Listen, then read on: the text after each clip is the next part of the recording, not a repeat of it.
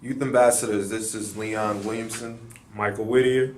and we're just basically here to let you know and update you on what's going on with the current events happening in your city. First and foremost, we want to say condolences to the family of Mike Brown. We definitely have experienced a loss in our community, and we all are in mourning. And secondly, it's important to understand that we want a clear and precise investigation, nothing to be left out, nothing that would make it harmful to the character and detriment to Mike Brown. We just want an impartial investigation. So we want to know how you guys feel about the Mike Brown situation, and we're going to invite you out next week to a youth summit in which we're going to have a senator listen to what your grievances are and what your concerns are and how you feel about the situation. So you'll have more information about that. We just decided to make a video to speak to you guys on what we feel about the situation. Hopefully we can get some feedback from you after you view this video. All right, Mike, how do you feel about the situation personally? Personally, as a black man in the community, it hurts your heart whenever there's violence in the community, no matter who's the hand behind the weapon or the violence. But for the violence to come from the people who protect and serve us is when it hurts the most. So first and foremost, that's not to get beyond the point that a young man lost his life, and it hurts. It hurts because you can relate.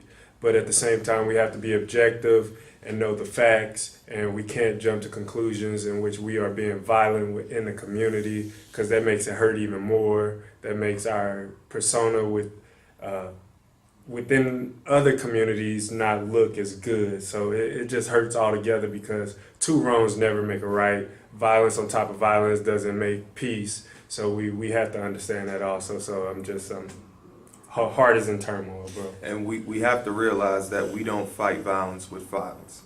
Burning down your own community doesn't solve anything.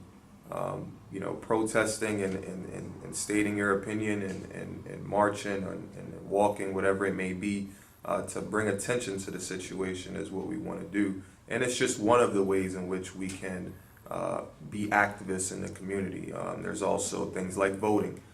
There's also things like writing letters to your state senator or community leaders. There's other forms of protesting and activism that you can participate in.